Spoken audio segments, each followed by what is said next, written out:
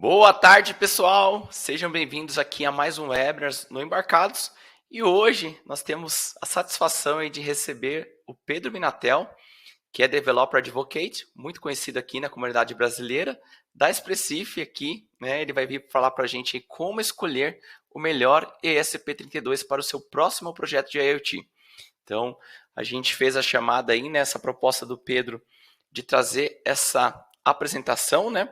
Já que hoje a família de SP32 ela é bem ampla, né? Então não é tão simples assim você falar, vou trabalhar com SP32, né? Mas qual será, dentre todas as opções, né, o que vai atender melhor ao meu projeto? Então o Pedro vai trazer, né, como que a gente vai selecionar, vai falar um pouco aí de cada, né, dispositivo, né, da família. Então vai ser muito bacana. Então, pessoal, sejam muito bem-vindos. Aproveitem aí no chat, já deixem aí, né, da onde vocês estão assistindo a gente, né? Deixem uma mensagem aí e vamos interagindo aqui. Aproveitem também para deixar as suas perguntas, tá? Então a gente vai ter um tempinho aqui de perguntas e respostas, então é muito importante que vocês aproveitem esse tempo para tirar dúvida aí com quem está lá dentro da Expressif, né? E pode já, né, nos ajudar aí nessa questão de selecionar o melhor ESP32 para a nossa aplicação. Beleza, pessoal? Então, aproveitem bastante este webinar. Vou convidar aqui para entrar aqui na sala o Pedro Minatel. Fala, Pedro. Olá, Fábio. Boa tarde. Boa tarde a todos. Boa tarde, Pedro. Obrigadão aí, Pedro, por essa disponibilidade, né, de trazer esse conteúdo aí com, né, conteúdo da Expressif, com o Pedro Minatel, que é, né, tá sempre aqui presente na comunidade brasileira, né, há muitos anos, e agora aí à frente aí, né, na Expressif, né, nessa posição de Developer Advocate. Então vai ser muito interessante ter o seu conteúdo aqui, um assunto muito relevante para nós aqui. Legal, Fábio. Obrigado novamente pelo convite.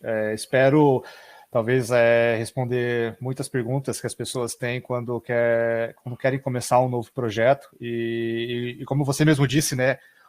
Antes era fácil. Você tinha o ESP8266, depois veio o 32, então não tinha muitas escolhas. Só que hoje a gente já conta com 4 famílias até agora. Né? São 4 famílias e dentro ainda dessas 4 famílias há ainda outros ESPs 32 aí que compõem, né? Então eu vou mostrar um pouco dessa evolução, né, que eu digo da linha de produtos da Expressif, e depois, dentre essas opções que a gente tem, né, disponível, alguns ainda não estão disponíveis para o comércio, né? Então ainda há alguns aí que a gente vai até ali antecipar um pouco o que eles vão poder oferecer, né, de periféricos, enfim. Então, assim, a história toda, né, que a gente quer tentar mostrar é que está cada vez mais difícil escolher um ESP32. Então, acho que vai ser essa a mensagem. Mas Bacana, eu vou Pedro. estar aqui. Não, bacana, né? Então, assim, eu vou só deixar aqui uma pergunta para o pessoal, se o pessoal quiser colocar no chat. Qual SP32 você já usou? Então, deixa aí, né? E aí, depois, no final da apresentação aqui do Pedro, aí vocês podem responder se vocês já conheciam toda essa gama aí de dispositivos que existem atualmente aí no portfólio da Expressif. Pedro, eu vou sair aqui e a apresentação é com você. Eu estou aqui nos bastidores e eu volto daqui a pouco. Boa apresentação. Obrigado. Pronto. Antes de começar, não sei se todos já sabem, nós temos na semana que vem uma conferência, vai ser a primeira conferência da Expressif, organizada, né, pela Expressif. Eu sei que vai ser bem cedo para o Brasil, a gente está tentando colocar dentro de um fuso horário que atenda quase que a nível mundial, né? Então foi um pouco difícil de escolher, mas vai começar às 5 horas da manhã para o Brasil. Todo o conteúdo vai ser gravado, então se você perder ou não quer acordar tão cedo para acompanhar, pode depois ir lá e voltar, e o conteúdo todo vai ser disponibilizado logo após a conferência. Então, são 2 dias, temos pouco mais de 32 palestras, incluindo de engenheiros da Expressif, incluindo também empresas conhecidas. Vai ter palestra da Arduino, vai ter palestra da Adafruit, Microsoft, e assim vai. Então, quem quiser participar, mais do que bem-vindo, né, a participar.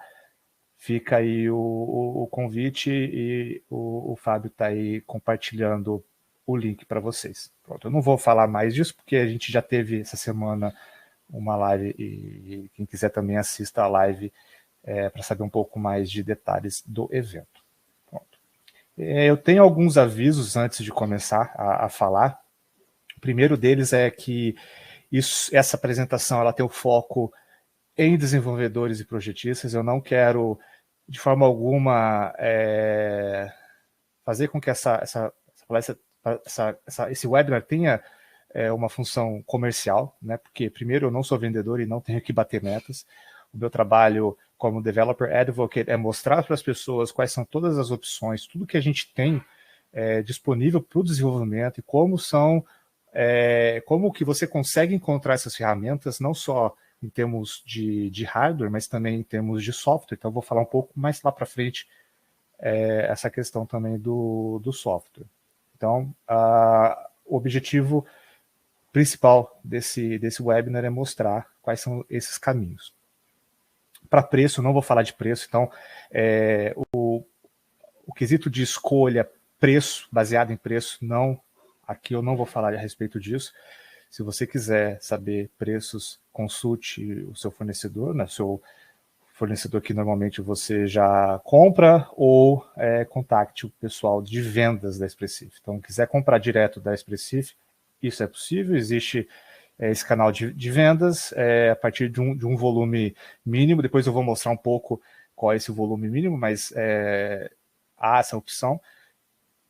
Outra mensagem, outro aviso é que nós não temos time de suporte no Brasil. Por mais que a Expressif tenha no time brasileiros, né, tenham pessoas que trabalham aí do Brasil, né, eu não estou no Brasil, eu estou fora, mas existem brasileiros trabalhando para a Expressif do Brasil, mas a gente não tem um time de suporte local. Então, o suporte hoje, existe o suporte para cliente, mas aí vai depender do tamanho, volume, enfim. E quem quiser ter suporte, a gente usa muito, né, o fórum esp32.com, que é o fórum oficial do ESP32. Também GitHub é bem usado, e o GitHub é integrado com o sistema interno da Expressif. Então, todos os issues que vocês abrem lá, a gente fica sabendo e o engenheiro com certeza vai olhar. O que às vezes as pessoas pedem diretamente para mim alguma ajuda se tem algum issue que realmente está impactando, cria o issue no GitHub, me avisa e eu consigo tentar dar um foco, ou pelo menos achar alguém que possa ajudar lá dentro, tá? Mas a mensagem principal é que a gente não tem time de suporte hoje no Brasil. Para quem não conhece ou não sabe o que é Expressif, né, eu acho que aqui a maioria já sabe, então eu não vou entrar muito em detalhes, mas hoje a Expressif tem times na China, Singapura, República Tcheca, Índia e Brasil, como eu já mencionei, fora as outras pessoas que trabalham remoto. Então a gente tem muita gente que trabalha remotamente, como é o meu caso, e estão espalhados pelo mundo todo. Então a gente hoje tem aí pessoas trabalhando de várias localidades. Inclusive no Brasil, o pessoal trabalha de forma remota. Pronto. Começando lá em 2014, né, foi onde que eu comecei também a ter o contato com a Expressif, foi através do 8266. Então, foi o primeiro, não o primeiro produto da Expressif, mas o primeiro produto que ganhou a fama global. Então, muito do que hoje os projetos, né, de IoT, muitos deles começaram realmente com o 8266, foi onde que realmente teve aí a grande virada de página para que o Wi-Fi pudesse ser acessível, né? Antes era um pouco mais complicado para você ter um preço competitivo, então o 8266 veio para mudar isso, tá? Então isso foi lá em 2014. E recapitulando aqui para quem também não conhece o 8266, e eu coloco também o 8285, que a única diferença entre eles é que o 8285 você tem 1 MB de memória flash interna.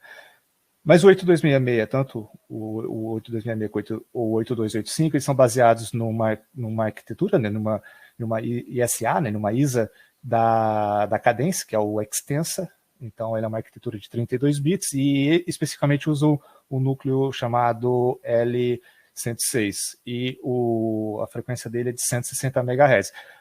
Aqui eu vou colocar bem parecido para todos eles esse slide, mas aqui o que eu quero mostrar é mais assim uma foto macro, né, de cada um deles.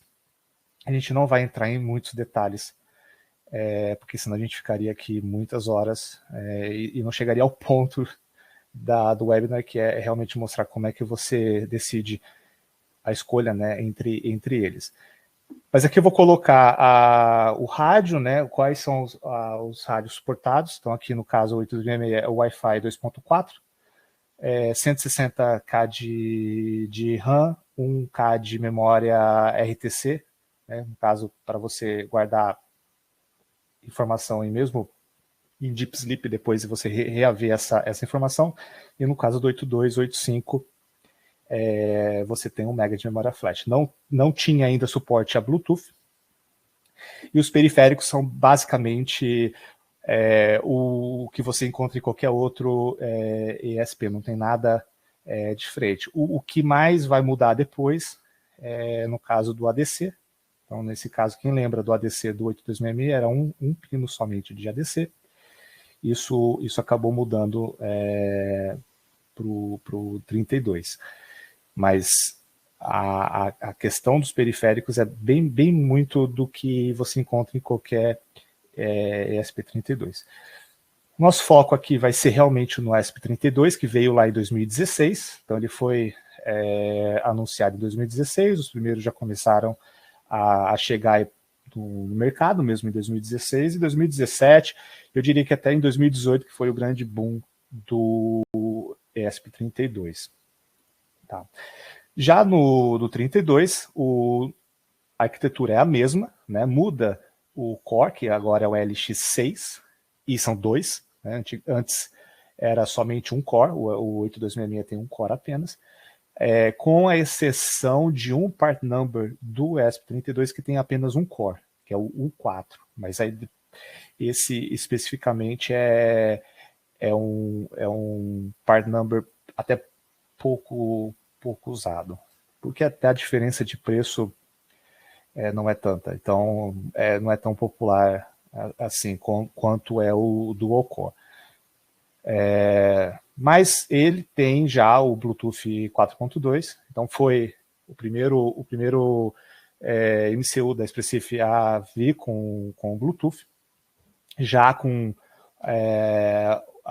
tanto a memória RAM quanto a ROM também estendida, né, com maior capacidade do que o 8266 e também o aumento para 16K a memória de RTC. Então aí já possibilita você ter muito mais flexibilidade no que você vai guardar, dependendo aí da tua arquitetura de software, né, arquitetura de software para RTC. Então, ou para Deep Sleep, né? Então, se você vai dormir, fazer o ESP32 dormir por alguma razão e depois ele voltar e ter esses dados salvos, né? Essa é a memória que é usada para tal.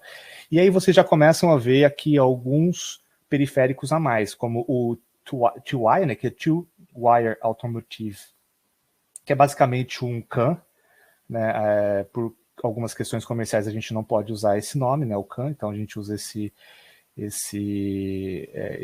nome, mas é para automotivo. A gente já tem Ethernet, então para aplicações que você queira ter uma comunicação cabeada, né, um padrão Ethernet, você tem a camada MAC dentro do chip. Você vai precisar de um fio externo, né, o fio não é interno, mas isso facilita muito e também você tem essa opção a mais de comunicação e a comunicação entre o MAC, né, o MAC e o FI é através de RMII, né, é um protocolo bastante conhecido para interfaces de rede. Tem RMT, né? O RMT, eu acho que até dos periféricos todos que tem em todas as linhas do ESP32, é um dos periféricos mais versáteis, né? Ele é usado muito para, até o nome vem disso, né? De remote control, né? Para infravermelho, mas ele é um protocolo que você consegue até, talvez, por exemplo, fazer outros protocolos através dele. Então é um protocolo bem legal para fazer outros protocolos. Touch Sensor, então a gente não tinha isso no 8266, então passou a ter. O DAC também não tinha no 8266, então são periféricos que foram adicionados no 32. E o ADC, né, por mais controverso que seja o ADC do ESP32, ele já tem mais canais, são dois ADCs, né? Mas existe aí algumas peculiaridades do ADC do ESP32 que, para algumas aplicações, ele acaba não sendo o suficiente, mas que para as novas famílias esse ADC foi aperfeiçoado. Tá? Pronto. Então, para o 32, né, é isso. E aí, em 2019, né, depois aí de 2 anos, né, entre ter, né, o 32 e sair um segundo, ou melhor, né, um terceiro produto, levaram aí, né, quase 3 anos, na verdade, e então foi lançado o ESP32S2, que aí ele veio já também com um novo core, o LX7, né, single core, ele não é dual core, feito o 32, e dentre os periféricos, alguns foram removidos, outros foram colocados, né? Então, entre os que foram removidos, né, foi o Ethernet, então ele não tem Ethernet, mas ganhou USB, então foi uma troca ali, porque obviamente tudo isso, porque às vezes até as pessoas me perguntam, Pedro, mas por que se já tinha, porque foi removido? É tudo uma questão de espaço no silício, né? As coisas ocupam espaço, e espaço, né, obviamente é o tamanho, né, do die, né, o tamanho do silício, e também fica mais caro o processo de fabricação, você vai deixar o chip com uma área maior também, então existe sempre aí tem que tirar de um lado para ganhar no outro, tá? Então, no caso do S2, você tem o USB, então você tem o USB OTG, e eu falo que é uma grande mão na roda, mesmo que a tua aplicação não necessite de USB, na fase de desenvolvimento você pode usar essa USB para fazer o flash, então você não precisa, como no 8266 e no 32, você não precisa de um gravador externo para fazer o flash, né, do USB, então você tem do flash do firmware, desculpa. Então você tem aqui a USB para poder fazer flash do seu software. Você também começa a ver aqui parte de LCD, interfaces de LCD e câmera, que não tinha no 32. Então isso é uma novidade. Então você tem aí periféricos que foram tirados. Um outro que também foi tirado, que é bastante importante mencionar, é o Bluetooth. Então ele só tem Wi-Fi, ele não tem Bluetooth. E, enfim, é um chip que a ideia dele foi mesmo focar em aplicações que possam fazer uso de USB. E eu acho que o S2 ele foi no começo até a parte da USB pouco explorada, né? A gente via poucas aplicações de fato realmente usando USB. Hoje começa a mudar já esse cenário, já depois até no S3 existem muito mais aplicações para USB, mas no caso do S2, que até é o que tem na Franzinin, você nem precisa mais como eu mencionei já também, o gravador externo. Tá? Então, pronto, vamos lá para o próximo. E aí em 2020, né, 2020 já foram dois. Né, em 2020 teve o anúncio do C3 e também do S3. Então, em um ano, agora, né, a gente passou de 2019 com um lançamento, 2020, dois lançamentos. Então, quem quem já acompanha esse específico já está ciente de como que a empresa está evoluindo. Isso é tudo uma questão de aprendizado. A Específico é uma empresa relativamente jovem nesse segmento, vem de 2008, ao contrário de muitos concorrentes que já têm mais de 50 anos. Então, fazer chip não é um processo fácil, não teria muitas empresas fazendo.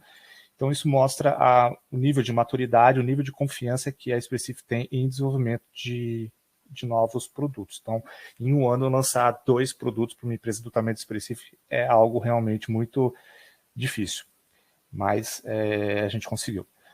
Então, vamos lá. O C3, né? E eu também agora coloco mais um part number nessa sopa de part numbers, que é o ESP8685. Mas aí depois eu vou explicar um pouco quais são as diferenças entre eles. Mas o C3 ele foi um marco importante para a Specific porque foi a introdução de uma nova arquitetura, já o RISC-V. E até então a Specific usava a arquitetura da Cadence, né, ou a Extensa, e agora passa a usar uma nova arquitetura.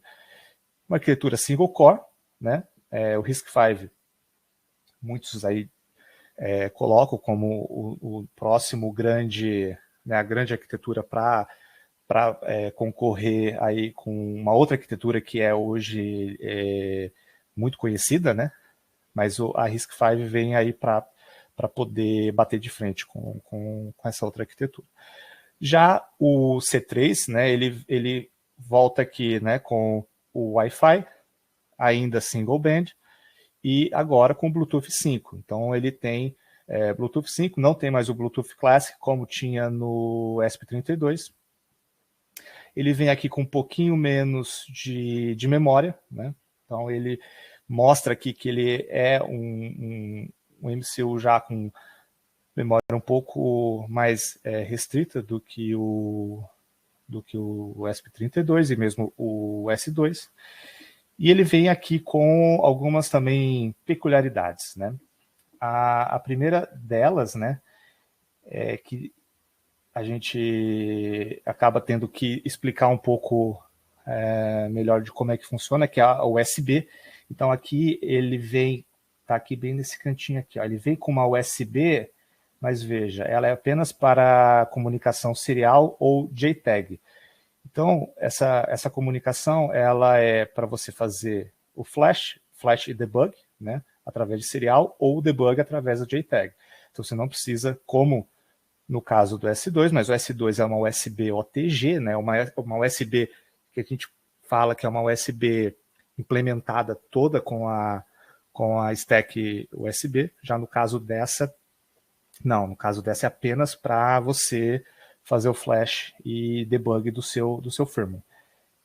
Os outros periféricos são bem parecidos, né, com o S, tanto com o S2 quanto o 32, alguns mais limitados, então ele já começa a ser um part number para aplicações mais limitadas em termos de periféricos, né?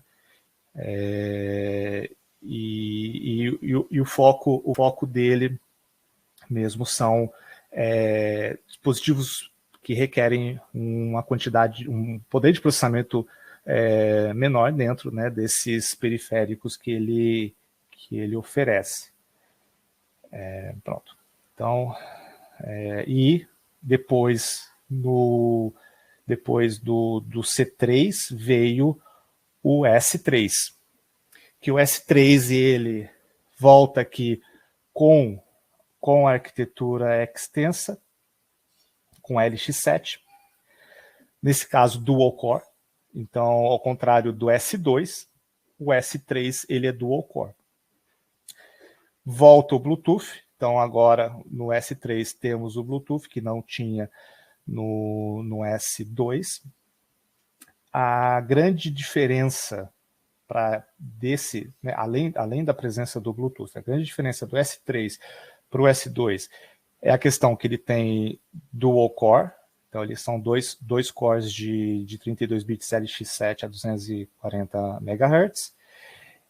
Ele possui aqui instruções específicas, né, dentro do LX7, né, dentro do LX7, ele possui instruções específicas para inteligência artificial.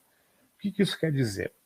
Isso quer dizer que o processador, o microcontrolador, né, ele tem instruções específicas para algoritmos ou para operações, né, como multiplicação complexa, adição, subtração, multiplicação, shift e comparação.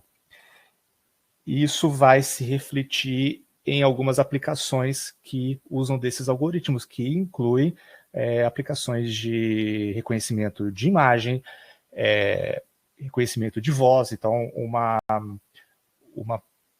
aplicação, né, que é muito demonstrada através do S3 é o reconhecimento de voz offline. Então, você não ter conexão nenhuma com a internet, você consegue fazer reconhecimento de comandos através de voz e também a parte de câmera. E ele é um MCU que é muito voltado a alto poder de processamento, né? Por quê? Além dessas instruções específicas, você tem dentro do SPI dele, né? Dentro do periférico de SPI, você tem a Octo SPI. Então, isso quer dizer que até então, eu não mencionei isso, mas até então no ESP32, o máximo que você conseguiria, né, de conectar sua memória flash, que é externa, né, no caso, ou mesmo a memória interna, mas de qualquer forma ela é conectada através da SPI mesmo, ela estando interna no chip. No 32 você tem no máximo 4 linhas de comunicação. No caso agora do S3 você tem 8. Então você consegue 8, né? Ficou meio feio o meu 8 aqui, mas enfim, vocês vão conseguir ver aqui. Você tem 8 linhas de comunicação.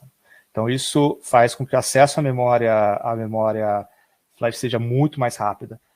Você também tem parte de DMA, então você tem mais, digamos assim, acessos mais rápido à memória. Então isso também acaba se refletindo em velocidade. Além dos periféricos de LCD e câmera também melhorados. Então você começa a poder ter aplicações mais complexas em termos de câmera e termos de LCD. Tá? Também a parte da USB, ele tem não só o USB OTG, mas também a serial com a JTAG. É no mesmo, não quer dizer que tem duas USBs, tá? É no mesmo, os pinos lá de D+, e D- são os mesmos. A diferença é que nesse caso, além de fazer o flash e o debug através de JTAG, você também consegue usar ele através do USB OTG. Então você pode fazer tanto host como device. Então isso pode ser usado para você usar uma USB e ler um pendrive, por exemplo, ou uma câmera, né, que seria no modo host, ou no modo device dele ser reconhecido como um periférico, um teclado, enfim, né? Então tem esses dois modos de funcionamento, né? É isso. Então eu vou aqui fazer só mais uma explicando um pouco mais qual é a grande diferença aí para as instruções de inteligência artificial, né, ou essas instruções especiais do S3. Existe aqui um comparativo, né? Eu vou abrir aqui, eu vou compartilhar a tela, porque fica mais fácil mostrar. Mas aqui está dentro da documentação da Expressif. Eu vou tentar deixar o link para vocês aqui, aqui no chat, aí vocês conseguem também ver. Pronto. O que isso aqui quer? O que isso aqui mostra? Isso aqui é um benchmark, tá? Que foi feito para mostrar as mesmas operações realizadas através do 32, do S3, né? E com o nível de compilação, né? Quando você faz a compilação no O2. Então, mesmo aqui para mostrar em quantidade de ciclo, então esse número significa quantidade de ciclos, a diferença para alguns dos algoritmos que são suportados na biblioteca de DSP. Tá? Essa é uma biblioteca que está lá disponível no GitHub da Expressif, então quem quiser usar essa biblioteca está lá, suporta praticamente todas as famílias do ESP32. Então vocês podem notar que para alguns algoritmos a diferença realmente é muito baixa, porém, para determinados algoritmos, por exemplo, para FFT de 16 bits com ponto fixo, a diferença é muito significativa. Você passa do ESP32 de quase 9 mil ciclos para 933, com o uso dessas instruções. E então, assim, a parte de multiplicação de matriz também de 24 mil para 6 mil. Tá? A parte de processamento de imagem também há uma diferença muito significativa. Então, o que isso quer dizer? Quer dizer que se a tua aplicação requer processamento de imagem, áudio, requer que esses algoritmos, né, ocorram da forma mais rápida possível, o S3 é o melhor candidato para você, numa escolha, né, de um produto para vocês fazerem. Né? Eu não sei o que eu fiz aqui para tirar a minha apresentação. Não sei se eu preciso... Vou colocar aqui, Pedro. Tá bem. É normal isso aí. Tá bem. Beleza. Bom, obrigado, Fábio. Pronto, então, recapitulando, o S3 ele tem essas instruções especiais. Elas não são tão assim divulgadas. Tem um trabalho que eu estou tentando fazer de mostrar, inclusive, de como usar. Existem já bibliotecas preparadas para isso, eu vou depois citá-las, e quais são as bibliotecas que você pode já fazer. Uma delas é a DSP. Tá? Pronto. Aí, 2021, vamos lá, falar de 2021. Foram três produtos anunciados. Tá? 3 produtos anunciados. Então, a gente passou de 1 por ano, né, ou até 1 a cada quase 3 anos, para depois 2 em 1 ano, e agora são 3. E vocês já vão começar a perceber algumas tendências que a Expressif vinha adotando através desses últimos lançamentos. Todas essas informações estão no site oficial da Expressif, então não estou trazendo nenhuma informação aqui que ainda não foi divulgada, mas aí eu vou tentar aí fazer com vocês uma análise do que é essa tendência. Então, vamos começar aqui com o C6. Tá? O C6 ele já vem com a arquitetura RISC-V, que já era adotada no C3, então ele faz parte da mesma família, então nada mais justo do que ter a mesma arquitetura. Porém, ele já vem com Wi-Fi 6. Tá? Wi-Fi 6, porém, a 2.4 GHz. O que isso quer dizer? Isso quer dizer que dentro da especificação do Wi-Fi 6, você tem algumas diferenças, né, para o Wi-Fi 5 que são voltadas para comunicação Wi-Fi a low power. Na prática, o que isso quer dizer? Que no caso do Wi-Fi 5, se você coloca o ESP para o modo sleep, né, se você coloca ele para dormir, você vai ter, obviamente, a desconexão do Wi-Fi. Por quê? Existe uma troca de pacotes, né, que essa troca de pacotes tem que respeitar uma temporização. Se o microcontrolador não responde dentro daquela temporização, a conexão vai ser perdida. Tá? No Wi-Fi 6, existe uma extensão desses pacotes. Na prática, quer dizer que o ESP pode dormir por um tempo maior, sem que a troca desses pacotes ocorra a desconexão. Então, isso faz com que a possibilidade de fazer aplicações low power com Wi-Fi mais, digamos, mais real. Tá? Isso quer dizer que eu vou conseguir fazer uma aplicação realmente ultra low power com Wi-Fi? Talvez não, mas ela vai ser mais otimizada do que nos outros produtos com o Wi-Fi 5. No caso do Wi-Fi 6, obviamente você precisa também que a tua infraestrutura toda seja Wi-Fi 6. Tá? Então a grande diferença para o C6, no caso, que seria a implementação do Wi-Fi 6, é para a primeira tentativa aí de fazer um MCU realmente low power para Wi-Fi. Quem já trabalhou com Wi-Fi sabe o quão difícil é fazer aplicações low power com Wi-Fi, pela própria questão de como é a implementação do Wi-Fi. Então não há muito milagre a ser feito na questão do Wi-Fi. Com Wi-Fi 6 isso começa a mudar um pouco. Tá? Então, em termos de periféricos, eles são bem parecidos com o C3, tá? Porque até o C6 veio lá do C3, ele mantém lá o USB JTAG, então você consegue fazer da mesma forma flash, né? Você tem o mesmo Bluetooth 5, com a exceção aqui que é diferente o Wi-Fi. Memória é basicamente a mesma, frequência também. Então ele pode dizer que o C6 ele não é o dobro de capacidade do C3, mas ele traz aí o Wi-Fi 6 como grande diferencial. Ele não está disponível ainda no mercado, ele está aí em vias de ser. Eu não tenho uma data de quando que ele vai realmente estar disponível para compra, mas é um produto que já foi anunciado em 2021.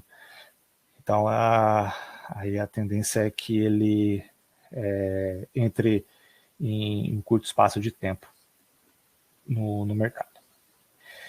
E aí, o próximo que foi anunciado, e que esse, no caso, já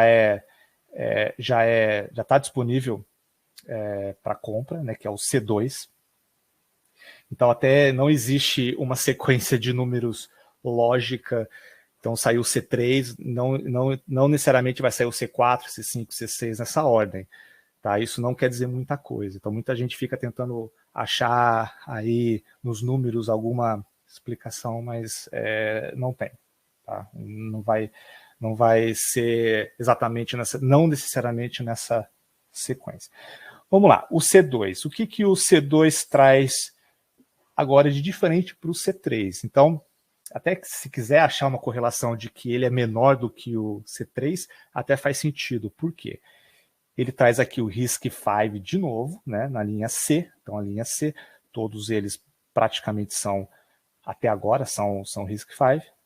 A diferença é que ele agora está com um clock um pouco menor, do 160 passou para 120, mantém Wi-Fi e Bluetooth, mantém aqui uma capacidade de memória bem parecida, porém a memória flash é interna. Então, esse caso aqui, o C2, ele tem uma memória flash interna. Ele é fisicamente menor, ele é um chip que é o SoC dele, né, o chip mesmo, não o módulo, ele tem 4x4 milímetros e 32 pinos. Então ele é de fato menor do que o C3 e também o número de GPIOs menor. Então ele tem periféricos a menos. Tá? A grande aplicação do C2 é para alto volume. E até ele tem esse part number aqui, não me perguntem o porquê, mas é o 8684. Então, se você vê 8684 e C2, é a mesma coisa. A grande diferença deles, como eu estava dizendo, é que ele é para aplicações de volume muito alto e que não tenham necessidade de muitas I/Os, muitos periféricos. Então, uma lâmpada, por exemplo, um interruptor, aqueles que você coloca dentro da caixinha do interruptor, é uma das aplicações. Ele tende a consumir menos do que o C3, por conta também do próprio clock que ele tem. Então ele começa a ter aliás, né, dentro da linha da Expressive começa a ter aí um viés um pouco de alto volume, tá? Pronto, vamos lá que tem ainda bastante coisa para a gente falar. O próximo aqui que foi anunciado também foi o H2, aí uma nova família, né, a família H. Então a gente está já na quarta família. A família H2 RISC-V também, então aí vê uma tendência, a arquitetura RISC-V, não temos mais nenhum extensa novo até então, né? Ele tem um clock menor, né, do 120 do C2 passou para 96, e foi introduzido aqui um novo protocolo, que é o 802.15.4, né? Para quem conhece, né, é o Zigbee, né? Zigbee Thread, são dois protocolos que estão dentro da especificação do 802.15.4. Então, aí já é uma tendência também para aplicações low power, aplicações de devices da borda. Então, você vai ter ali também lâmpadas e aplicações que demandam de pouco processamento. Os periféricos também não são tão limitados quanto o do C2, mas aqui você começa a ver também um número menor de periféricos para o H2. Então, o H2, a ideia da inclusão dele dentro da linha de produtos da Expressive foi adicionar o 802.15.4.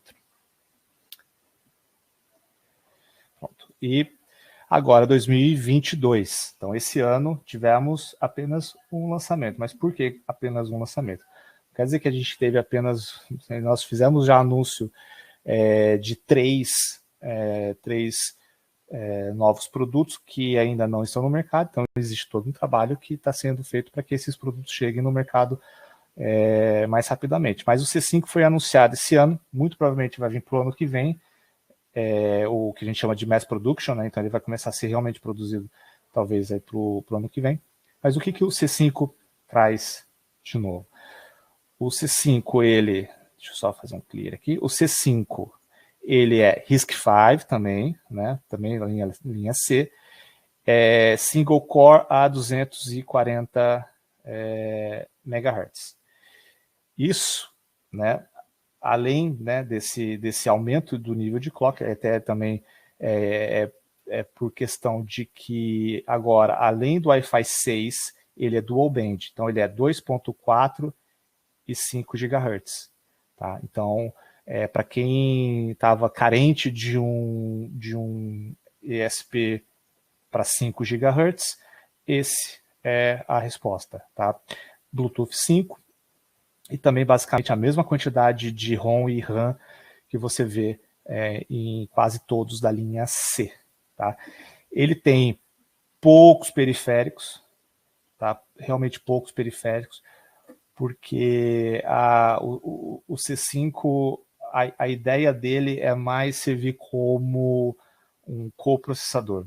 Tá? O que isso quer dizer? Que você vai usar o C5 junto com outro MCU. Ele pode ser usado apenas o C5? Sim, pode.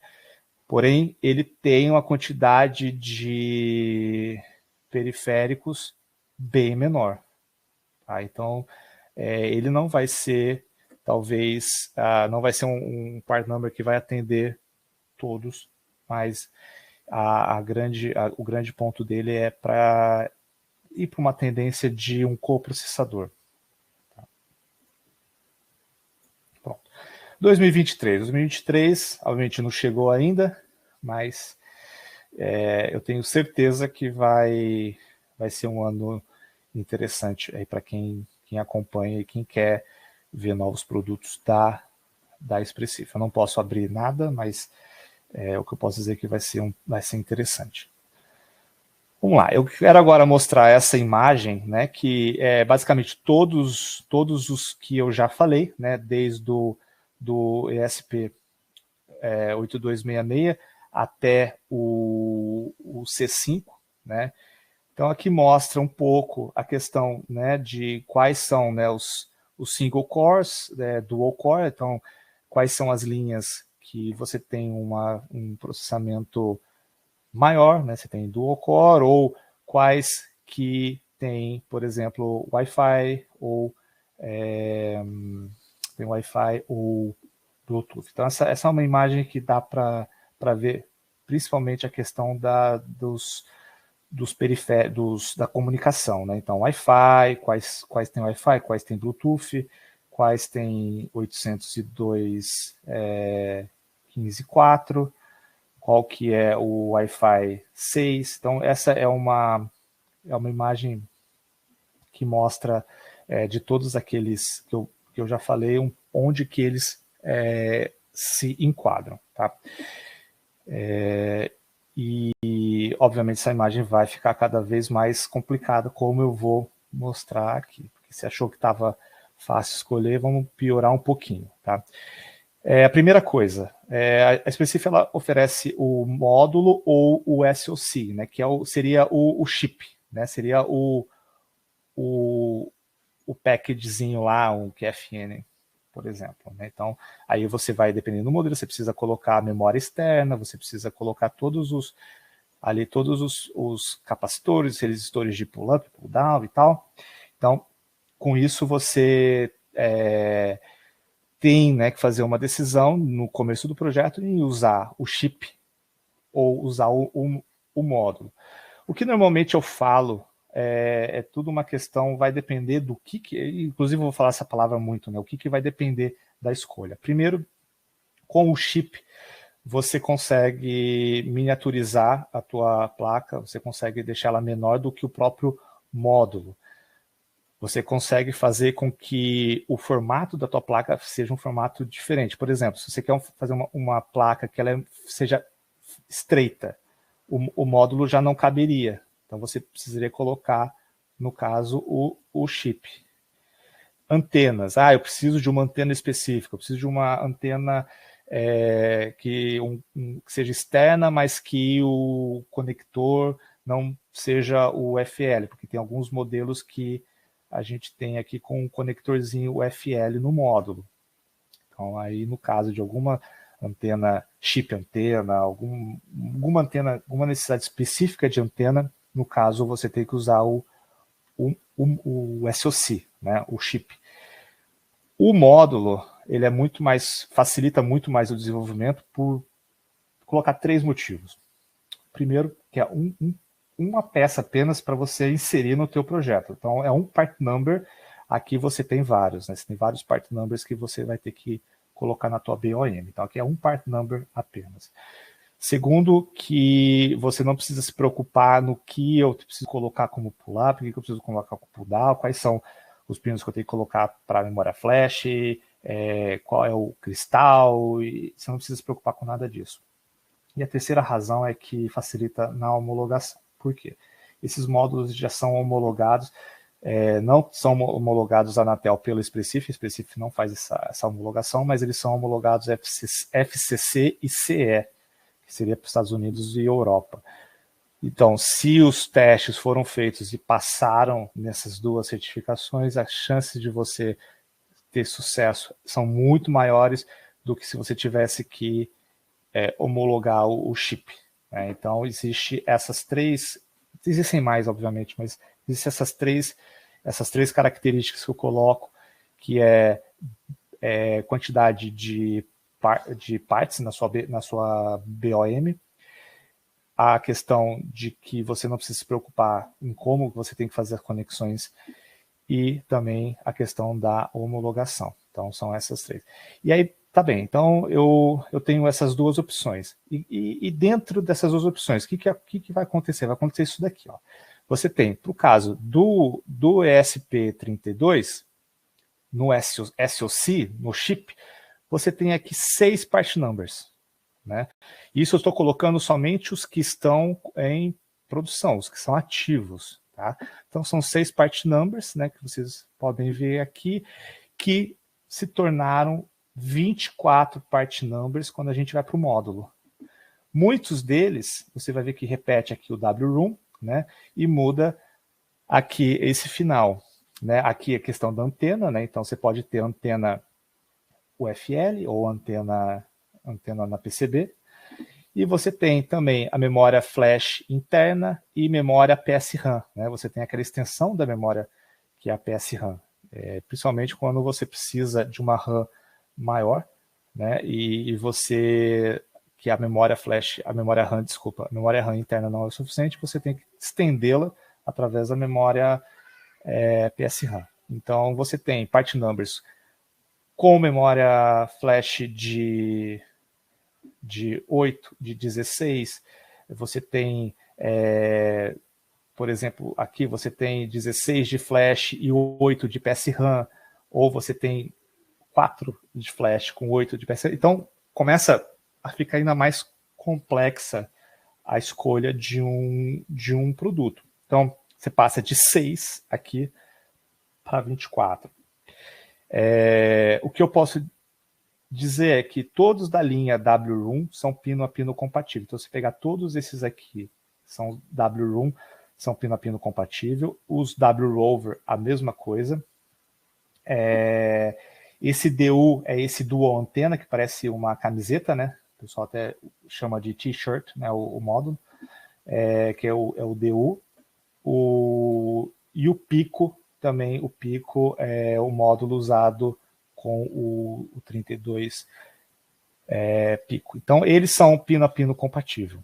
Então, se você tem, por exemplo, uma aplicação que você começou a usar no desenvolvimento, na fase de desenvolvimento, e já fez o seu hardware, ele é baseado com 4 megas de memória flash, e você viu que não são suficientes, você consegue evoluir para o de 16 sem ter, somente trocando o part number, sem ter que fazer nenhuma troca de footprint ou troca no projeto, porque eles são todos pino a pino compatíveis. Então veja, de 6 a gente passou para 24. Eu não vou mostrar em todas as famílias, porque vai ser uma figura muito parecida, com a diferença de que algumas versões, por exemplo, o S3, você tem mais de 6 part numbers aqui só do SoC. Tá? Então, vai ficar até mais complexo. Tá? Eu vou depois, antes de passar aqui para software, deixa eu compartilhar de novo a tela. Só um segundo. Tá. Deixa eu mostrar isso aqui para vocês. Eu vou também compartilhar o link. Tá? Isso aqui é uma ferramenta que ajuda nessa escolha, que é o Product Selector. Né?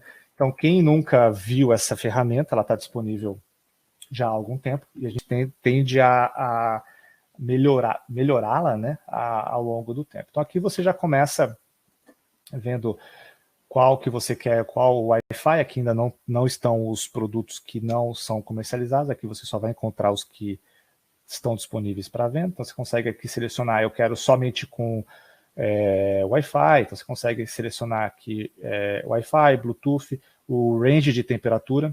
Então, dependendo da tua aplicação, você vai ter um range específico de temperatura e um part number específico para aquele range de temperatura. Aqui você consegue escolher se você quer o módulo ou o SoC. E aqui as famílias, né? Como eu disse lá, o C3 ele tem também incluso o 8685 e o C2 o 8684. Né? Eu quero saber aqui, eu quero selecionar o ESP através, por exemplo, de I2C. Eu preciso de ter 2 I2Cs. Então aqui, a partir do momento que você coloca aqui o número de periféricos, essa lista, deixa eu ver se eu consigo diminuir aqui, essa lista vai sendo filtrada, né? Por exemplo, USB OTG, eu preciso de uma USB OTG. Então, a partir do momento que eu coloco aqui, eu já começo só a ter o S2 e o S3. Então não vai aparecer nenhum outro além desses dois. Então eu consigo aqui, através do quanto que eu preciso de periférico para eles, né? No caso aqui, Ethernet é só true ou false, porque é somente uma Ethernet que eu consigo ter. O mesmo aqui para JTAG. Tá? Aqui CAN é para câmera, tá? Não é para automotivo, que aí no caso entra aqui como o TOWAI, que está aqui. Então você consegue selecionar. Então aqui, através dessa tabela, você consegue começar a montar aquilo que eu preciso através de periféricos, né, ou através de comunicação, ou mesmo selecionando aqui através da família, tá? Eu vou dar um reset aqui e vou mostrar aqui, por exemplo, que eu citei do S3. Se eu pegar somente o módulo, aqui eu tenho também, desculpa, o SoC, eu tenho aqui, são 6, né, são 6 módulos, era para ter mais aqui, não sei, esse aqui está como sample, mas você tem aqui, são 6, igual o 32, são 6 part numbers. Se você vai para o C3, aqui já são 5, e para módulo, né, se você for para módulo, por exemplo, no S3, você tem aqui 24, também igual do 32, tem 24 para o S2, desculpa, para o S3, e aqui no caso do S2 tem 42, tá? Alguns estão marcados como não recomendado para novos designs, mas eles têm sempre um substituto, tá? Isso não quer dizer que se você usa esse part number específico, você vai ficar órfão do módulo, não. Sempre tem um part number compatível por conta de que a específico tem um termo de que os part numbers eles têm uma longevidade mínima, né? Então você não pode também, obviamente, começar um projeto baseado num chip sem ter esse termo de compromisso com o quanto tempo que aquele chip vai ser produzido, né? E aqui você consegue selecionar enfim, aqui eu não quero mostrar, né, os não recomendados, então posso só deixar aqui para mass production. Então aqui eu diminui a lista para 32.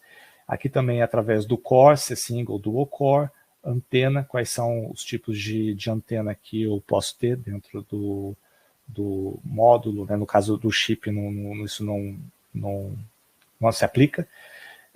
Os packages também, né? Até lá o QFN, os 86, lá, aqueles 8684, 8685, que são QFN 28 e 24, que são quantidade menor de pinos, acho que eu falei 32, mas na verdade é 28 e 24, né, para eles. São realmente módulos específicos para produção, para produtos em larga escala. E aqui a tabela que eu já tinha mostrado. Então essa é uma ferramenta muito importante para quem quer começar a ver. Então, qual é o ESP que eu vou usar? Minha aplicação, ela demanda de um alto poder de processamento? Então, a gente já sabe que são linhas. Deixa eu voltar.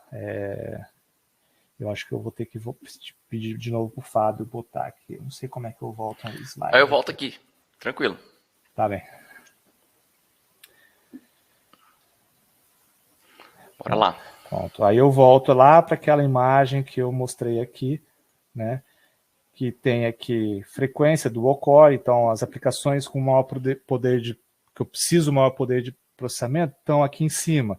Então o próprio ESP32, o S3, o S2 já começa ali a ter já um poder de processamento menor, porém tem a adição da USB, né? Porque às vezes me perguntam assim, mas se o S3 ele tem tudo aquilo, tem mais GPIOs, você tem o maior poder de processamento, você tem a OctoSPI, então você consegue, através da comunicação da memória flash, ter também um aumento aí do poder de computação do teu chip. Por que eu vou, por exemplo, para o C3?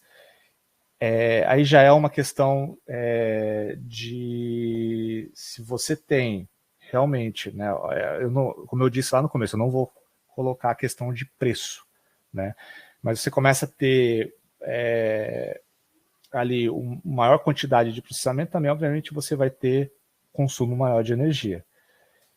Então tem que ter um balanço. Então não adianta eu ter um processador que eu não vou usar todo o poder dele, né? Eu vou ter, obviamente, um maior consumo de energia, sem eu ter ali uma expectativa que eu vá ter novas funcionalidades no meu produto que vão demandar de um maior processamento. Então não adianta também querer colocar um microcontrolador que tenha um maior número de periféricos que você não vai usar, ou que tenha um consumo de energia não condizente com aquela minha aplicação. Não adianta querer achar, então eu vou fazer uma lâmpada, eu vou usar o S3. Não faz o menor sentido. Você precisa pensar que dispositivos, eu quero um sensor de temperatura e umidade.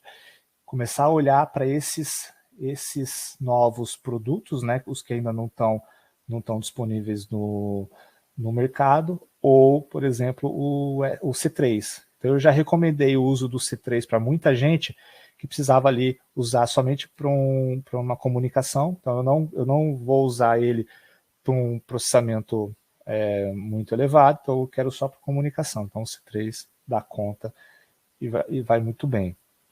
E também, como é um produto que foi lançado, o 32 foi lançado em 2016, então o C3, naturalmente, ele vai ter uma longevidade maior do que a gente está falando aí de 4 anos de diferença. Então vai ter uma longevidade maior do que o 32, que já está no mercado desde 2016. Então isso também tem que ser levado em consideração. Quanto que esse produto o meu produto, qual que é o ciclo de vida do meu produto? Quantos anos ele vai ficar no mercado sem eu ter que trocar o processador?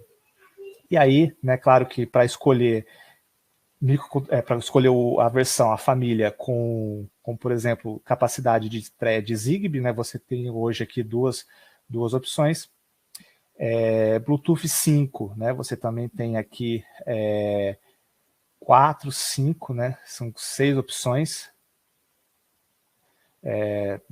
Claro que esses aqui ainda não estão ainda disponíveis, né, nem isso daqui. Mas tem em mente no roadmap de um produto, vocês já estão provavelmente aí pensando numa evolução de um produto, tem em mente que para Thread e Zigbee já existem aí duas opções que podem ser levadas em consideração para novos produtos, né? Mas eu preciso eu preciso de um microcontrolador realmente pequeno e eu vou colocar ele dentro de um produto que não tem muito processamento. Olhe para o C2. O C2 é uma opção muito interessante.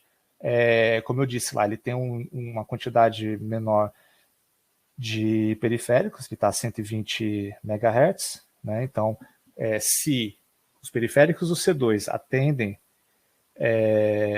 e mesmo que você não tenha uma escala muito grande, você pode. Não quer dizer que o chip foi desenvolvido para ter uma escala grande, que você só vai poder comprar ele para escala grande. Isso não faz.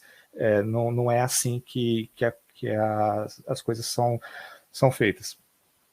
Claro que, como eu disse, não vou tratar de preço que também eu nem sei. Claro que também em volumes muito, muito elevados, o preço dessas diferenças, né, às vezes dos centavos, faz muita diferença. Às vezes para um volume baixo, ir para um C2 talvez não faça muito sentido, né? Mas se é realmente um volume muito, muito elevado, o C2 começa a ter ali uma relevância ou um poder, digamos aí, uma chances, né, de escolha maior do que o C3. Tá? Então, não sei se eu compliquei ainda mais aí a vida de vocês para isso. Tá? Eu não sei se tem alguma pergunta específica aqui. Não sei se eu vou. Pronto, não sei se é de baixo para cima, de cima para baixo. Não sei que. Bom, sobre certificação Anatel, tá? O Daniel. Bom, a primeira questão, Daniel, a Specif ela não faz a homologação Anatel, porque se ela tivesse que fazer a homologação para todas as agências reguladoras, para todos os países, além de ser um custo muito, muito elevado, não faria muito sentido, porque é tudo uma questão de tamanho de mercado, né? Claro que o mercado brasileiro é relevante, mas ainda a Specif ela não tem essa homologação como prioritária, tá? Então, o que isso quer dizer? As prioritárias hoje é FCC e CE, porém, né, para quem já trabalhou com certificação sabe que a partir do momento que o módulo, né, o SoC você não vai fazer homologação, é só no caso do módulo, né? Não tem como homologar só o chip, né? Não tem antena, não tem como. Mas no caso dos módulos, né, falando isso especificamente dos módulos, uma vez que você tem FCC e CE ou, né, ou uma ou outra, a tendência é que você vá fazer a homologação sem problema na Anatel. Não quer dizer que vai ser mais barato ou mais caro, isso não influencia, porém, se já foram feitos os testes e passaram nessas duas certificações, as chances de passar na Anatel são elevadíssimas. Ô Pedro, desculpa atrapalhar aí, mas lá naquela ferramenta Product Selector, lá a gente consegue ver os documentos, né? Ah, sim, deixa eu voltar lá. Peraí que eu volto lá. Isso, aqui. Aqui eu vou pegar, por exemplo, vou pegar o 32, que é o que tem a maior quantidade de documentos, tá? Eu vou pegar aqui através do SoC, tá? Então, eu vou pegar aqui o 32. Aqui, né, você, além dessa introdução do que é qual é a família, né, desse produto, tá? Você tem aqui, ó, documentos e certificações. Então, você tem aqui os documentos, que datasheet, né? Você tem aqui o SEO, né? Que é, para quem acompanha aí sabe que foi encontrada uma falha de segurança no chip, que era explorada de uma forma muito específica, mas específico se comprometeu a fazer a correção dessa e lançou o que é o V3, né? Quando você olha aqui, tudo que é V3 quer dizer que foi feita aquela correção dos bugs encontrados.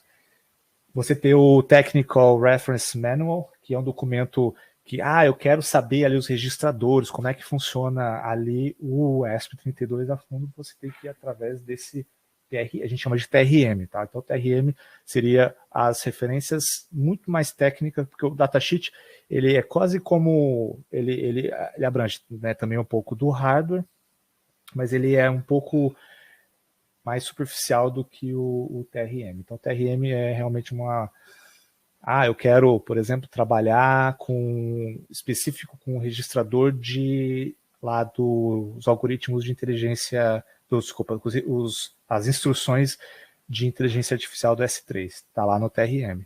Tá?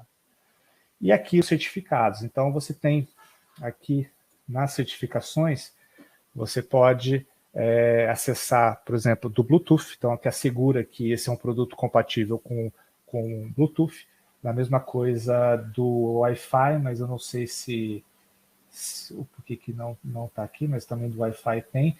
Aqui, nesse caso, Fábio, se você queria mostrar das certificações, o ideal mesmo é ir lá na Expressif.com, vou abrir aqui que não estava aberto. Aqui no Expressif.com você tem dentro de suporte, né, você vem aqui nessa tab suporte, você tem aqui ó, documentos técnicos, certificados. Aqui em certificados, você vai abrir aqui todos os certificados para os produtos que estão disponíveis, aqui já aparece o H2, mas, por exemplo, eu quero usar o C3, então eu quero aqui, através dessa busca aqui, eu quero aqui eu tenho o C3, aqui, desculpa, vamos lá, aqui é o chip, então não tem certificação, tá? Então eu vou pegar um módulo. Aqui já no módulo eu tenho, por exemplo, aqui eu tenho a Anatel, eu tenho NCC, CC, que é Coreia, NCC eu não me lembro, você tem CE e FCC. Então, por exemplo, se eu clicar aqui na Anatel, eu consigo o documento da certificação da Anatel, tá?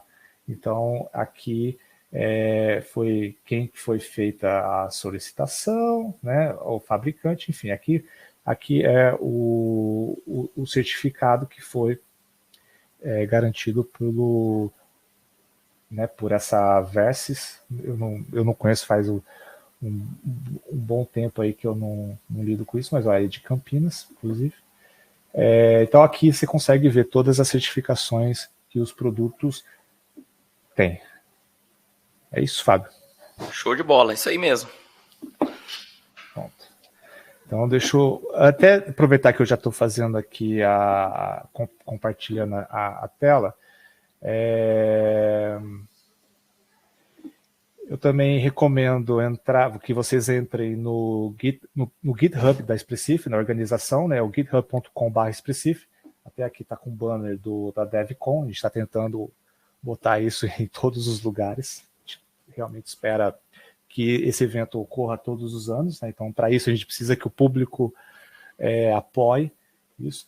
Mas, vamos lá. Aqui dentro do GitHub da Expressif, você também consegue muita informação, né? Para quem nunca entrou aqui, tem esse welcome aqui, que vai mostrar ali um pouco das coisas que tem aqui dentro, né, do universo de software da Expressif. Então, parte de frameworks, soluções e bibliotecas, né? Deixa eu até, Fábio, deixa eu voltar para a apresentação, porque acho que eu pulei um pedaço aqui. Beleza, eu coloco aqui. Tá bem. Antes de voltar para o GitHub. Pronto, deixa eu avançar aqui, porque dentro do processo de escolha, né, a gente também tem que levar em consideração o software. Então, uma coisa é o hardware, uma coisa é como que eu coloco o part number ideal com memória. Então, eu tenho que já saber ali, eu vou ter OTA, então o over-the-air necessita de uma memória. Eu não posso também colocar 4 MB, sendo que se o meu firmware vai ter 3, eu não vou ter como ter over-the-air. Então, tem que considerar que o que você vai ter de software vai influenciar, obviamente, no quanto de memória que você vai precisar, né? Então, para botar aí um pouco mais de complexidade em como que eu vou escolher o meu próximo chip, né? Tem a parte de software. Mas aí aqui na parte de software, eu acho que talvez vai ficar um pouco clara a mensagem que eu quero passar. Para o 8266, para o nosso famoso 8266, quais são as opções de desenvolvimento que eu tenho hoje que são suportadas oficialmente pelo Expressif? Ah, mas tem o Lua, tem o MicroPython, sim, mas eu estou aqui colocando o que hoje a Expressif oficialmente ela suporta. Então você tem o core do Arduino, então você tem lá o core do 8266 para o Arduino. Você tem o 8266 RTOS, então você tem um SDK com um RTOS específico para o 8266 e só vai funcionar para ele. Você também tem um SDK que não tem sistema operacional em tempo real, que é o non-OS. Esse ele não está recomendado para novos desenvolvimentos, né?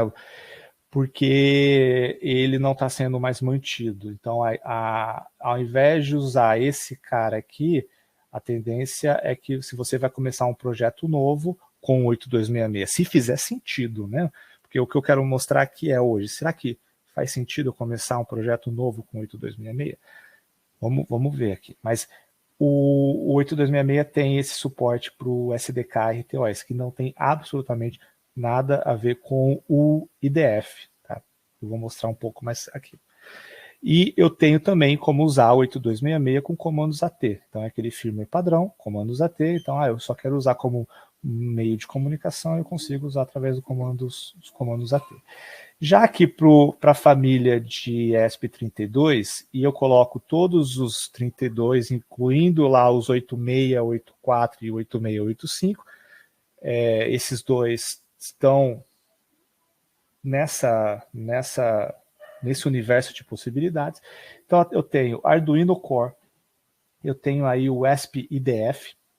Então o ESP-IDF hoje é o SDK, né, o framework, né, na verdade não é só, ele é um framework de desenvolvimento, né, que inclusive o nome vem, né, de IoT Development Framework. Eu tenho o comando AT, que também está disponível no 8266. Eu tenho o ESP Hosted, que é você usar o ESP como um coprocessador. Então, para comunicação, então eu já tenho o meu MCU, eu quero colocar uma comunicação. Eu tenho essa opção de colocar o hosted. Ele é diferente do AT, tá?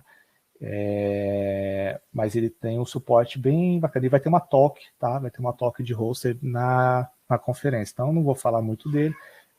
Assista a talk na semana que vem, que vai ser uma talk bacana de hoster. E aí você tem outros sabores também de sistemas, como o Nutix, o Zephyr, e também uma das coisas que a gente tem notado aí é o surgimento do Rust, como talvez, né, não estou querendo colocar nada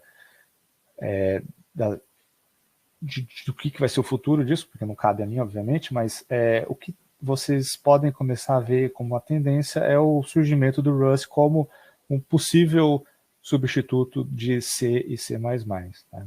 Então, hoje que eu diria a linguagem de programação que se alguém quer começar não começar com embarcados, obviamente porque ainda não é uma linguagem amplamente utilizada em embarcados, mas que queira estudar uma nova linguagem além do C, o Rust é um bom candidato. E com o Rust dá para fazer uma coisa muito interessante com a família do ESP32, que no Rust você tem duas formas de desenvolvimento. Uma que eles chamam de STD, né, que é basicamente o IDF está em cima, igual do core do Arduino, então você tem o IDF como uma base do sistema, né, e você tem o non-STD. Não sei se eu vou conseguir escrever aqui, dentro do Rust, né. O que isso quer dizer, o non-STD? O non-STD, você está fazendo desenvolvimento, como um bare metal no ESP32. Então, se você tem, eu preciso usar um sistema próprio, eu preciso criar o meu, eu não quero usar nenhum RTOS, quero usar bare metal, fazer bare metal no ESP32. Com o Rust é possível. Existem vantagens e desvantagens. Eu não vou colocá-las aqui. Colocaria que a primeira desvantagem é que ele não tem suporte a todos os periféricos e também não tem ainda suporte às comunicações, Wi-Fi e Bluetooth, porque imagina que isso é muito complexo você fazer isso sem sistema operacional. Então isso vai dificultar aí um pouco essa utilização em nível tão iniciante estágio inicial do Rust. No caso do STD, basicamente ele tem suporte a tudo que o IDF suporta, tá? Mas existe o IDF por trás do STD, tá? E também dentro do IDF você tem frameworks, então você tem ESP-MDF para redes mesh, você tem o ADF, que é para áudio, específico para áudio, você tem o RU, que é para câmera, você tem o SR, que é para speech recognition, então eu quero falar olá, alguma coisa, e o ESP responde, ou ligar a luz, apagar a luz, ele vai através disso. Você também tem os Voice Assistant, né, os famosas caixinhas lá com eu não vou falar o nome, senão vai ativar aqui, mas né, do Google e da Amazon você tem lá. Então você tem o Voice Assistant SDK também para poder integrar o seu produto com essas tecnologias. E você também tem soluções que aí são, por exemplo, o Rainmaker, que é a solução do início ao fim para uma solução IoT. Você tem o surgimento aí do BSP, que é Board Support Package. Tudo isso vai ser tratado na DevCon, tá? Então, aí, de novo, aí fica o convite. Eu vou ficar insistindo aí para vocês assistirem a DevCon. O Component Manager, que também é um sistema não só de gerenciamento de componentes do IDF, mas ele também vai ser usado na própria estrutura do IDF no futuro. Mas o que isso, em poucas palavras, o que o Component Manager faz? Imagina se você quer usar uma biblioteca de um sensor, né? Eu quero usar um sensor de temperatura e umidade lá, um X, né? E você vai lá no site do Component Manager e procura o sensor. Se tiver lá, você só inclui uma linha no arquivo, como se fosse um arquivo de manifesto, e ele você pode até especificar em qual versão você quer usar aquela biblioteca. Então ele vai trazer o pacote da nuvem, né? E você pode reusar essa biblioteca no teu projeto. Então toda vez que você vai compilar o projeto, ele verifica se você, não todas as vezes que você vai compilar, mas você pode forçar essa verificação, vai verificar se você tem esse componente já no teu projeto local, se não tiver, ele baixa, e também você pode, se tiver uma atualização, né, se ele tiver, por exemplo, você disse que você quer usar a partir da versão 2, se sai a versão 2.1, ele vai fazer essa atualização para você. Tá? Então esse é o Component Manager, vai ter toque também lá na DevCom. O Insights também, que é para você fazer monitoramento e debug remoto. Então eu tenho 500 produtos instalados em campo, consigo fazer a monitorização, não sei se existe essa palavra, desses 500 dispositivos. O Espinal, para quem quiser fazer também comunicação, uma comunicação mais simplificada entre os ISPs, ele usa uma subparte do Wi-Fi para fazer isso. E esse ESP-NO é legal quando você quer fazer uma comunicação a mais longa distância do que o Wi-Fi ou o Bluetooth. Então tem vários exemplos aí na internet, pessoal conseguindo aí quase 1 quilômetro de comunicação entre dois ESPs. E a gente também tem bibliotecas. Então a gente tem biblioteca para Deep Learning, as bibliotecas de Deep Learning já fazem o uso das instruções do Instruction Set de AI, do S3, como também a biblioteca de DSP. Muita gente que desenvolve com ESP32 já teve que implementar FFT e não sabe que tem uma biblioteca já pronta para isso. Tá? Tem bastante gente que não conhece. Então, uma das coisas que eu quero mostrar, né, com esse webinar é a quantidade de soluções que a Expressif tem e que isso também ajuda se você está na dúvida. Ah, Pedro, eu tenho hoje um produto que usa o 8266, mas eu cheguei ali num ponto em que está muito difícil eu seguir o desenvolvimento por causa das limitações e também porque o meu código está muito complexo.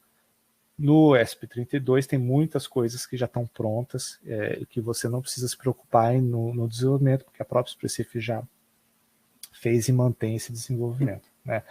MQTT, peraí que eu vou ficar bom ainda nesse negócio de desenhar aqui.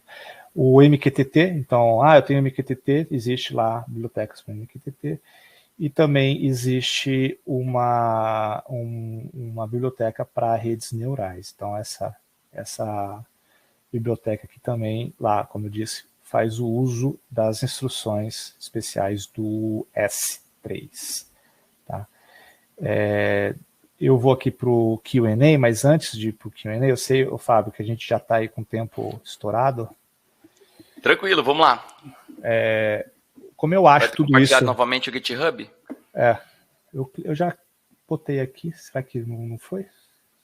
Não, tem que compartilhar de novo. Espera aí. Deixa eu tentar ver aqui se eu... Foi? Isso aí. Foi, pronto. Aí, Pedro, como é que eu acho tudo isso que você falou? Pronto. Bom, primeiro ponto vai no GitHub da Expressif.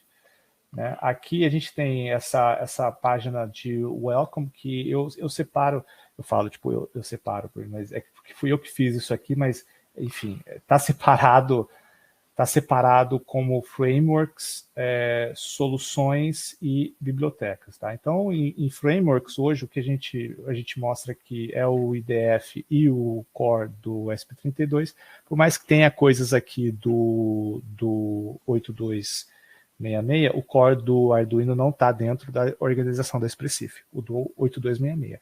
Já o do 32 está. Aqui soluções, então aqui é um resumo do resumo, porque eu vou mostrar por que é o resumo do resumo. Aqui as bibliotecas, então as duas que a gente selecionou para compor essa parte de welcome é a DL, né, de Deep Learning, e a DSP, que é de Digital Signal Processing, mas eu também tenho aqui a lista mais elaborada de todos os projetos, incluindo aqui ADF, DF, MDF, SR, aqueles que eu coloquei lá no slide. O Voice Assistant e o de câmera, né? Nas soluções temos lá também todo AT, BSP, Component Manager. Então, Component Manager, até deixa eu abrir numa nova tab, depois eu mostro aqui. O CSI, esse projeto é bem curioso, tá? De você, depois quem tiver curiosidade de você saber detecção de presença através de uns algoritmos bem malucos, tá? O Hosted, Insights, então tudo aquilo que eu falei, né? O Solution não estava lá, mas o Solution mostra como você cria, né, o teu produto do começo ao fim. Temos do IDF, né, como usar componente, como é que você cria uma solução completa de IoT passo a passo, né? Spinal, Rainmaker, tem aqui o Skynet, que é para assistente de voz, e o SP2. Né? O SP2 é uma das ferramentas mais usadas e pouca gente, de fato, conhece as peculiaridades do SP2. Vai ter uma talk lá na DevCon. Tá? Bibliotecas também, aqui tem a DL, já mencionei, DSP, MQTT, Neural Networks, e também temos aqui um apanhado de protocolos que, se você entrar aqui, você consegue ver através dos componentes modem, socket, MDNS e tal. Tá? Então aqui tudo, vocês podem depois ir projeto por projeto olhando. Integrações com SDK, então você tem, desculpa, com cloud, né? Integração com cloud. Então você tem AWS, Azure e Google IoT, né? Esse aqui, não sei se todo mundo já sabe, né? Mas vai deixar de existir, ou se já não deixou, né? E também aqui os que a gente chama dentro da Specific como os third party, né? Third party é mesmo que são projetos que não estão dentro da organização da Specific, fazem parte de outras organizações, como o Nutanix e o Zephyr e o Rust, né? Porém, o Rust, né, especificamente falando de Rust, existe aqui uma organização chamada ESP-RS, e basicamente todo mundo que faz parte dessa organização, ou boa parte das pessoas, são da Specific, incluindo eu aqui. Eu estou aqui no meio da sopa aqui, porque eu fiz... Cadê? Tem que achar aqui onde é que está a placa. A placa Rust. Quem quiser ver um projeto do KiCad completo de uma placa de desenvolvimento usando o C3, eu convido a olhar aqui a Rust Board. O Fábio tá para receber uma. Tá chegando. Ô Pedro, aí, pode falar. Se quiser copiar esse link e depois colocar aqui para o pessoal já vai direto. Acho que tem muita gente que tem interesse em ter um reference design. Isso.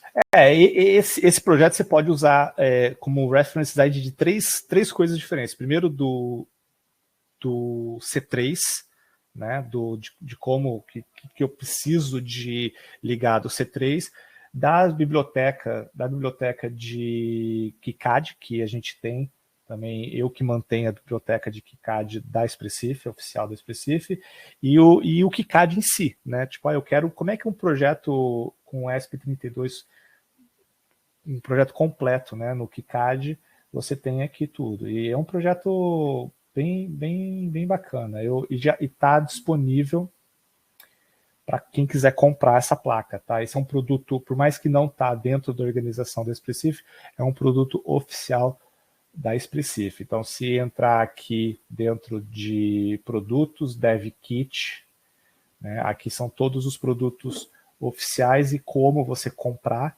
esses produtos. Aqui dentro do C3, cadê? C3 está aqui, ó, DevKit do Rust. Tá? E você pode comprar. Tem aqui os lugares que você pode, né, enfim, comprar essa placa. Está aqui disponível. Tem estoque, isso é importante. Tá? E também tem aqui uma coisa que é diferente. Você pode ver que em nenhuma dessas placas você tem um treinamento. Essa aqui você tem. Porque essa placa ela não só traz como você usar o Rust, né, no produto da Expressif, como também a gente coloca como um produto completamente open source, porque as placas você consegue esquemático, você consegue o Gerber. Porém, a Expressif ela usa um software de CAD que não é acessível para todos. O KiCad é acessível. Então, e o treinamento, quem quiser, quem tiver interesse para fazer, existe um treinamento pago, né, através dessa Faro System, que é em parceria com, com a Expressif. Porém, você pode através daqui do link que eu, peraí que eu me perdi aqui. Se entrar aqui dentro da organização de Rust, né, você vai ter todas as informações. Você tem aqui um Rust, deixa eu só achar aqui é o Rust Book. Então aqui você tem tudo que você precisa para começar através do Rust com os produtos da Expressif e tal. Enfim, tem uma série de links aqui, né? Você tem aqui o Rust, acho que é aqui, ó, esse Awesome, eu queria mostrar esse aqui, esse Awesome ESP Rust. Aqui você vai ter tudo é um apanhado de tudo que você pode encontrar de Rust específico para ESP. Tá? Então você tem aqui tudo, inclusive aqui, ó, Bare Metal Rust, como eu disse lá um tempinho atrás. Pronto, voltando aqui no Expressif, né? Então aqui é um dos pontos que você pode encontrar também de informação. Tá? Aqui o Product Selector lá que a gente usou também está aqui. Então tem um monte de coisa. Basta procurar, né? Aqui, por exemplo, do KiCad. Então o KiCad tem aqui a biblioteca do KiCad. A gente está recebendo contribuições, então é um projeto que está sendo ativamente mantido, né? Tem aqui issues e tal, mas eles são mais questões da gente incluindo novos SOCs e tal. Enfim, inclusive eu preciso resolver esses issues aqui, mas esperar acabar a DevCon, aí a gente volta para cá e dar uma olhada. É isso. Não sei se tem aí mais Beleza. alguma... Vamos voltar lá então no slide das perguntas e respostas, Pedro. Pronto. Tem bastante perguntas, tá? A gente só tem um limite aqui no tempo, porque Desculpa, daqui a pouco a gente vai ter uma live. Pronto. Mas tranquilo, vamos lá. Vamos lá que a gente tem umas perguntas aqui. Vamos pegar as mais relacionadas aqui com o tema, né? Que é mais interessante. Tem uma pergunta aqui inicial aqui do Francisco. Ele perguntou em relação ao se o SP8266 está com os dias contados ou já foi descontinuado, sendo substituído por o SP32 ou ainda tem vida útil pela frente. É isso que ele pergunta. Assim, como eu disse lá, a Expressif ela tem um termo de que ela se compromete a todo produto que é lançado a ter um ciclo de vida, né? Então, ela não pode simplesmente descontinuar, porque tem muitos produtos que estão no mercado, né? Uma coisa é você desenvolver um novo produto hoje, outra coisa é um produto que já foi desenvolvido. Então, ela vai sempre ter esse comprometimento em fabricar o dispositivo. Agora, isso não quer dizer que ela vai, chegando nesse limite, né, ela vai simplesmente fazer o produto desaparecer. Não é isso. Porque se, obviamente, tem volume de vendas, ela vai... Tem muito, inclusive, para quem aí desenvolve hardware, sabe que tem muito produto que está com, digamos aí, com os dias contados há 10 anos. E vão renovando, né? Vão renovando. Então, assim, tá vendendo, não faz sentido você deixar de produzir algo. Agora, você pode ter um substituto pino-a-pino compatível, você pode ter uma atualização dele para, por exemplo, não quer dizer que hoje o 8266 não é suportado no IDF, que ele nunca vai ser. Pode até ser um dia suportado pelo IDF. Mas hoje, começando um projeto hoje, né, hoje faz mais sentido ir para uma linha do ESP32, talvez ali para um C2 ou mesmo um C3, que é o mais perto hoje que você tem dentro da linha 32 do 8266. Interessante, vale avaliar. O Abner falou aqui, mas aí eu vou deixar aqui talvez uma recomendação, né? Ele falou aqui que já foi substituído pelo ISP8266. Eu não conheço o que é isso. Desculpa, aonde? Tá a pergunta? É logo acima da do Francisco, mas assim, eu recomendaria que o pessoal sempre acessar o site do fabricante, né, no caso do Expressif, para verificar essas questões, né, de tempo de vida do produto, o produto que não está recomendado para novo desenvolvimento, isso lá no site isso vai estar bem claro. O que pode acontecer, Fábio, é que existe muito, por exemplo, muitas vezes a gente escuta a pessoa, eu uso ESP01. Pronto, o ESP01 é um módulo feito com o ESP8266. Para uma empresa que compra o chip. Para uma empresa que compra o chip. Mesma coisa módulo. Uma vez eu recebi uma pergunta assim, qual que é esse ESP32, sei lá, era um número... Não, isso não é um produto oficial onde você viu. Aí mandou uma foto, era um módulo que uma empresa fez, né, um módulo próprio deles lá, e botou o nome... e que confunde. Isso, inclusive, gera muita confusão, né? Porque o que você disse, quer saber um produto ser oficial, não vai no site da Expressif, se ele está lá, é oficial. Agora, a gente recebe muitos nomes estranhos aí que são baseados no ESP12, ESP, enfim. Essas famílias aí do ESP8266, ESP12, ESP não sei o que. Nossa.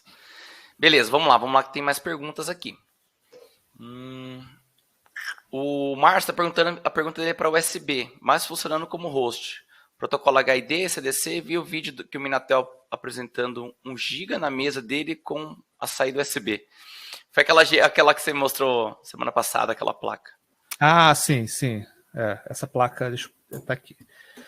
Ela, na verdade, o que acontece? Essa é um S3, tá? Esse aqui é um S3 com 3 USBs. Né? O que a gente está... Deixa eu até tirar esse módulo aqui do PoE. O que a gente está fazendo aqui? Ele está sem o chip aqui, mas a gente está testando um hub.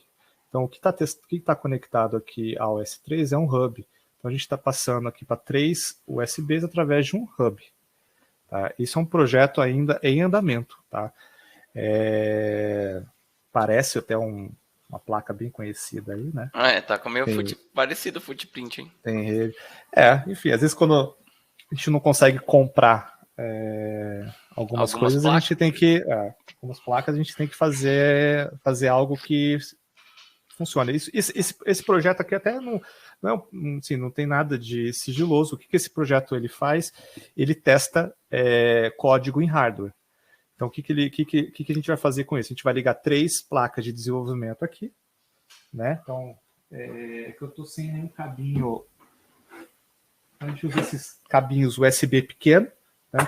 Então, deixa eu botar aqui só para exemplificar. E a gente testa, por exemplo, aqui, vou botar aqui um ESP32 aqui. Então, você tem aqui um ESP32 ligado a essa placa. E isso vai ser usado para fazer teste. Imagina, toda a versão, não só a versão nova, mas todo o merge que a gente faz no IDF, a gente testa tudo em hardware real. E isso vai ser usado para fazer esses testes. Tá, mas só reforçando aqui, ele vai estar funcionando no modo host, né? No modo host. Isso, então já está disponível, né? Já é possível trabalhar como host. No caso aí no S3, né? Já, no S3 com uma USB apenas, sim, você consegue, inclusive tem um projeto, Fábio, que a gente até acho que comentou desse projeto em uma live da Franzininho, que é um projeto onde você usa um S2 ou um S3 para gravar outro que é o USB, acho que era USB host. Desculpa, USB host não. Eu vou procurar aqui o projeto e compartilho no... O pessoal pegar também no GitHub lá, é bom dar uma navegada, porque tem muita coisa que não está pública ainda, Tá pública, mas não tá, como ser divulgada, né? O USB Bridge, desculpa, o USB Bridge, vou botar aqui no chat. Esse projeto USB Bridge, você usa um ESP32, S2 ou um S3 como programador e JTAG. Então... Pessoal, tem bastante pergunta aqui, só que a gente tem um limite aqui, tem mais 5 minutos de live. Eu vou pegar aqui umas perguntas que mais interessante aqui ao assunto, tá? E aí depois convidamos vocês, né, para ir no evento, que vai ter muito assunto, né? Aqui foi só uma pincelada, o Pedro, né, deu uma aula aqui para a gente como escolher, mas o evento ali de semana que vem vai ser fantástico, assim, para a gente entender mais detalhes.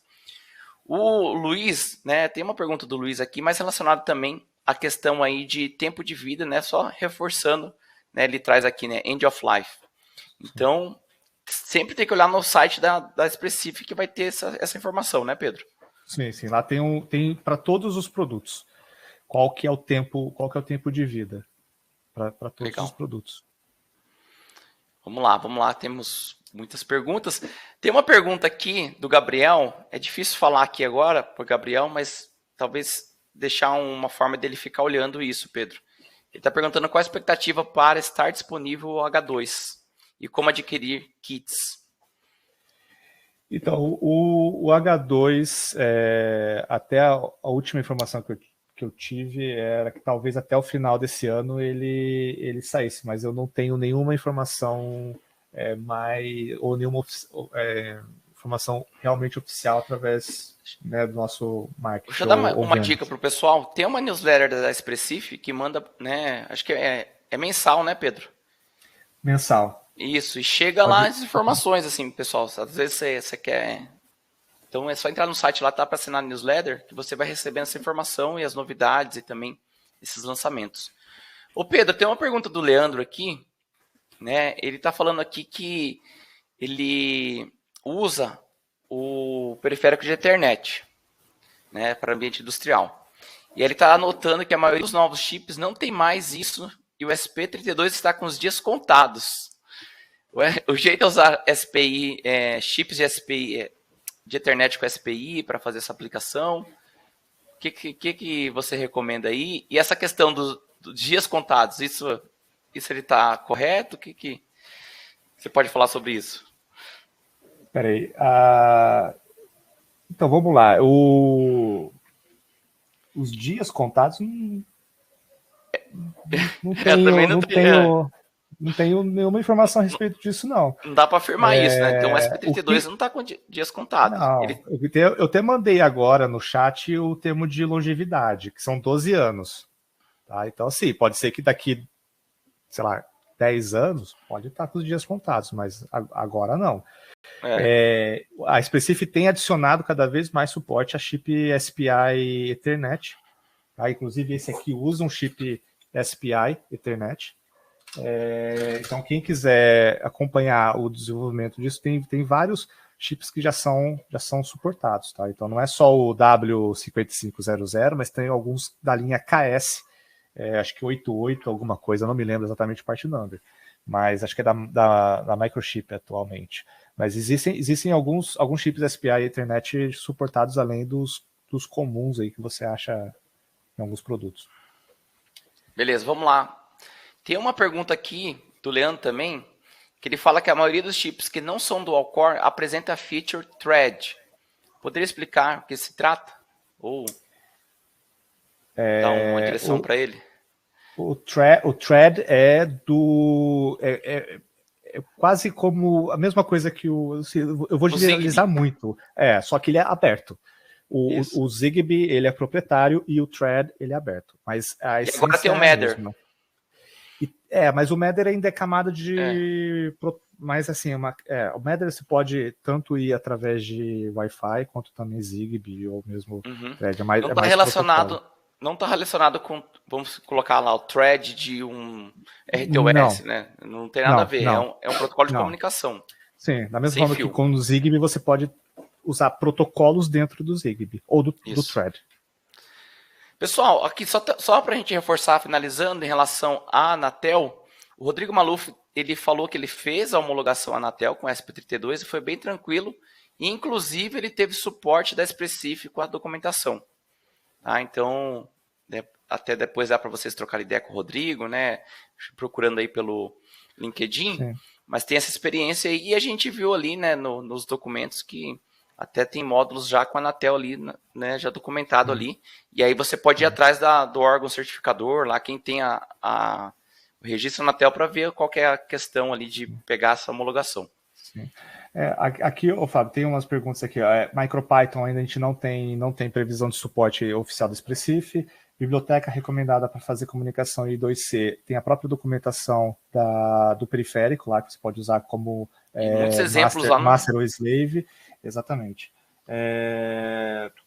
Bom, não sei o que tem mais aqui. Tinha uma questão aqui do Mac Address. Se podemos usar o que já vem no chip ou é necessário alterar para um Mac proprietário? Não, você pode usar, porque a própria Expressif comprou um run de Mac. Então, não é Mac repetido. E inclusive, tem 3, dependendo do produto, tem 3 Macs, né? Wi-Fi, Bluetooth e Ethernet. Então, para cada Beleza.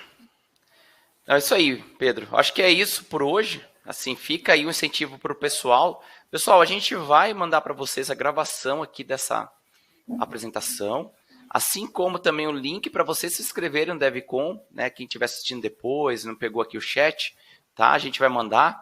Fica tranquilo e fica aí o reforço, né? Aqui do meu lado, e o Pedro depois ele pode complementar, para vocês virem no evento. Quem deu uma olhada ali na grade do evento, são mais de 30 palestras, né? São desenvolvedores da Expressif, pessoas que estão lá dentro trazendo, né, todas as soluções ali, né, detalhes, e também os parceiros da Expressif, né, que estão aplicando ali em projetos bem interessantes. Então, venham participar do DevCon 22 da Expressif, que vai acontecer no dia 19 e dia 20 de outubro, semana que vem. É isso, Pedro? É isso. Vejo vocês lá. Pedro, brigadão mesmo aí pela essa aula que você deu pra gente, né? Acho que agora é a gente pegar esse conteúdo que você apresentou aqui e ir lá escolher, né? Cada aplicação, né, tem os seus detalhes, né, os seus requisitos, e não tem assim, de toda a linha ali. Se eu pudesse escolher o melhor, o S3, por exemplo, o melhor S3, e aplicar em tudo, seria fácil, mas cada aplicação tem seu requisito, né? Às vezes é custo, às vezes é features de recurso, né? Então, tem que... Mas eu acho que a mensagem é clara, assim, existe para todos os gostos e aplicações, né? E tem, claro, cada aplicação tem a sua nuance, mas ali tem um pouco do que você precisa levar em consideração para escolher. E fiquem atentos aí, pessoal, pelo que o Pedro disse aí, né? 2022 teve um lançamento, mas pode vir muita coisa aí pela frente. Tá acabando 2022, logo 2023. Então é isso, pessoal. Venham participar, né, do evento, e o Pedro está sempre nas comunidades também, né? E tem o fórum da Expressif, tem muita coisa. Lá na semana que vem, no dia 19 e 20, vocês vão ter direcionamentos de como ir atrás de suporte, né? Como vocês até fazerem suas perguntas mais aprofundadas, né, sobre um conteúdo, né, para ter suporte no fórum. Então, venham participar, que vai ser muito bacana. E aí a gente viu o portfólio aí, é bem vasto, dá para a gente aplicar em diversos projetos aí de IoT. Beleza, Pedro? Obrigadão, viu? Valeu, pessoal. Obrigado a todos e boa tarde. Até mais. A todos. Valeu. Tchau, tchau.